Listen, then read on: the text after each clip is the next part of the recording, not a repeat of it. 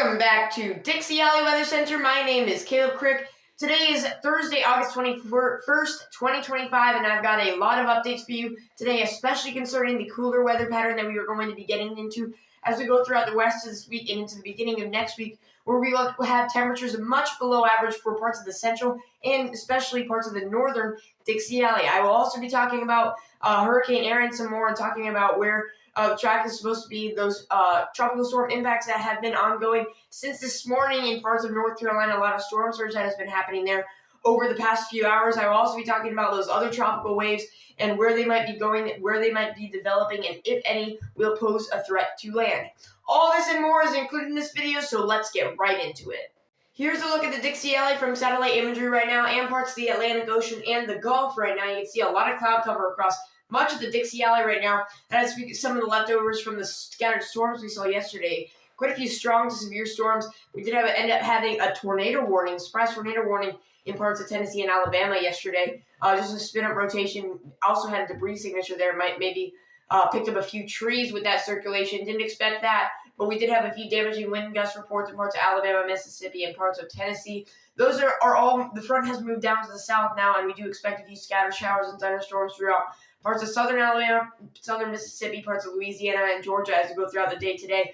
Not expecting anything like yesterday, maybe just scattered showers and thunderstorms throughout the day as you go farther to the south throughout the Dixie Alley, but not expecting much in the way. You can also see severe weather, but you can also see Hurricane Erin right now, Category 2 hurricane, still starting to weaken for, I think, the last time now. Will start to continue to weaken. I don't think this will start to strengthen anymore that goes down the line. We still have those that big area of hurricane force winds, even though it's still a weakening system.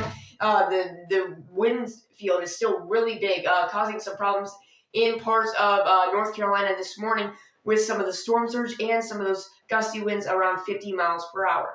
And like I said, North Carolina did feel some of those impacts from Hurricane Erin this morning, tropical storm like conditions, 40 to 50 mile per hour winds, and some decent storm surge, 2 to 4 feet in some areas. You can see on this picture some of those waves crashing up on some of the homes that were built right on the sea. Some of that storm surge coming up 2 to 4 feet.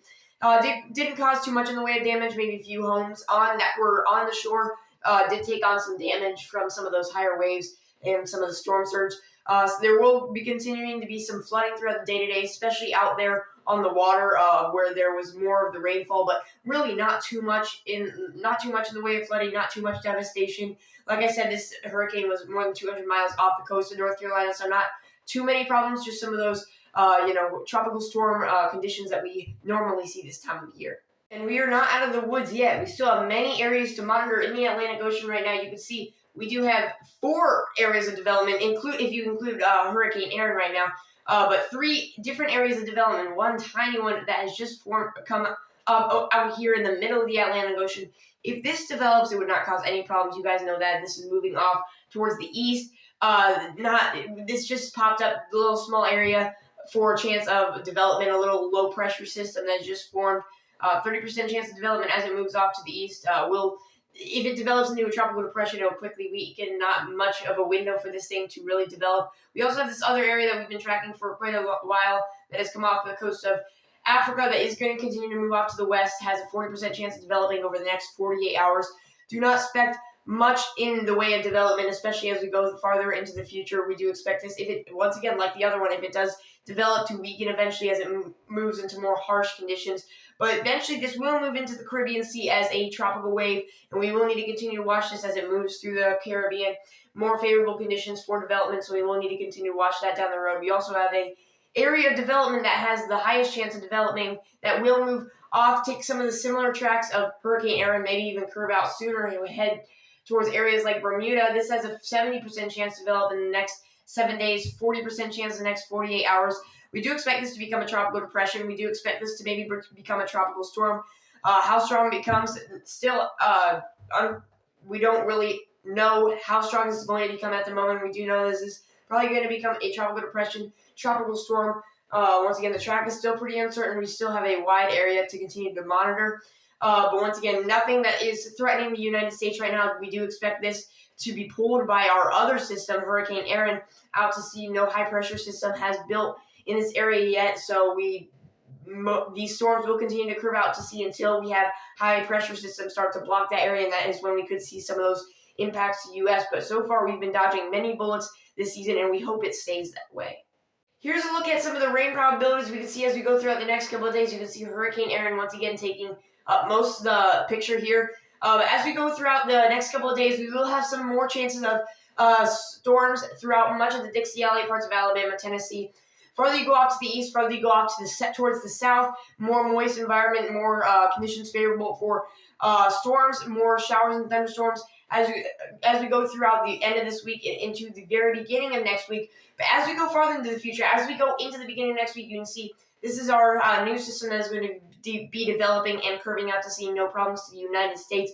We are going to see the rain chances start to decrease and get into more of a dry condition as we will have our high pressure system move off to the west, and we will have cool and dry air coming out of Canada that will lessen the chances for showers and thunderstorms. The chances of showers and thunderstorms will go up, though, farther to the south in areas like southern parts of the areas that border the maybe the Gulf of America, and parts of Florida will have those higher chances of showers and thunderstorms, while us to the north will be drying out, but it will also be a lot cooler.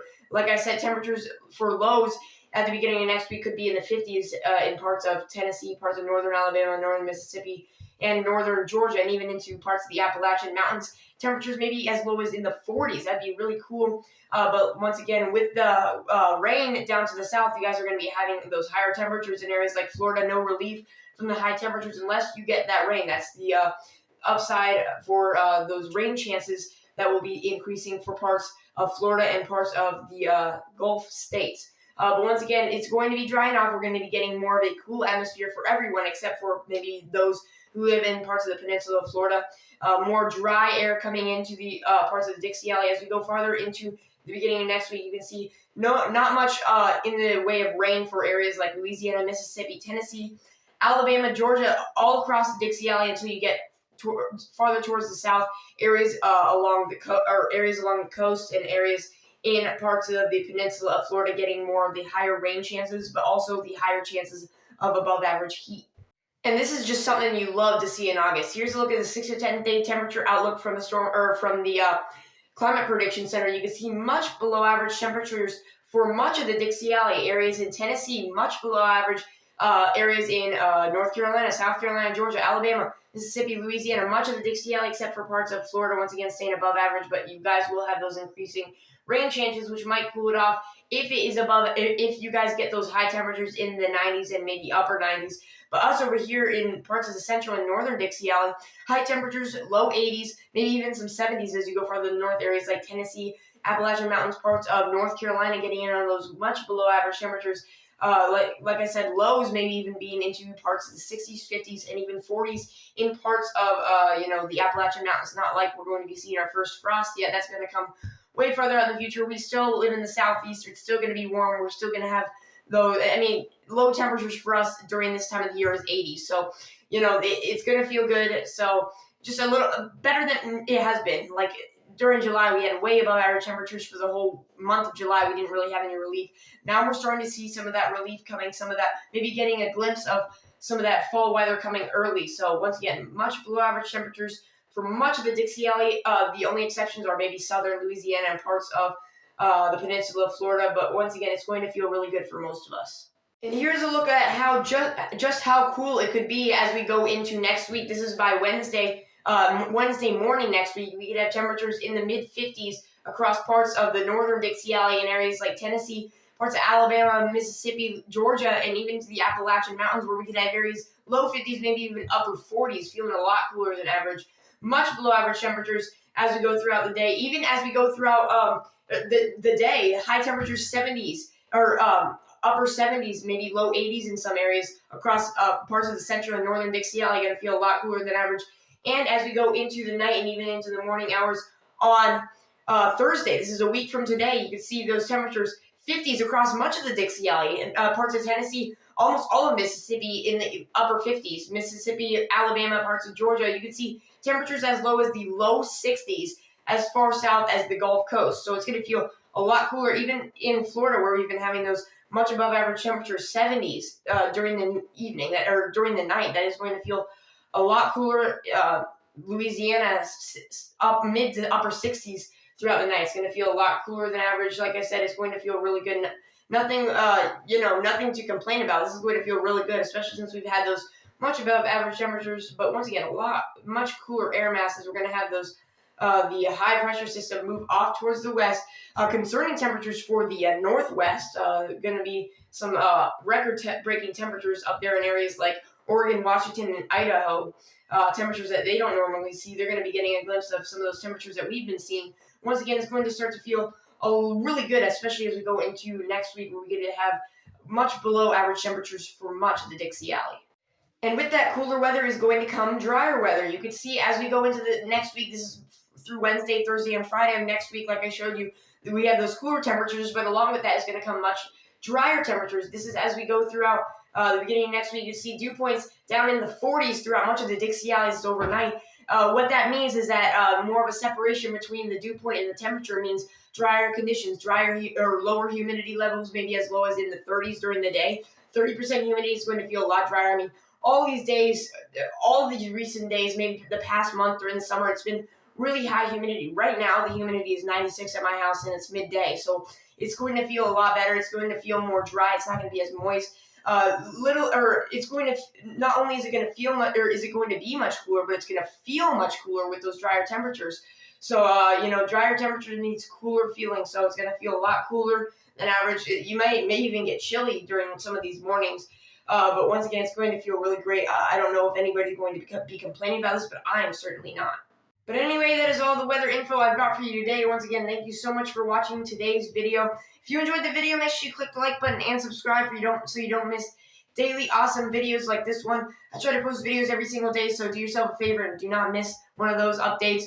I give you every information you need, from the tropics to the temperatures, outlooks, anything you need to know anywhere in the Dixie Alley. So make sure that you stay tuned, don't miss an update, and I will see you in the next video.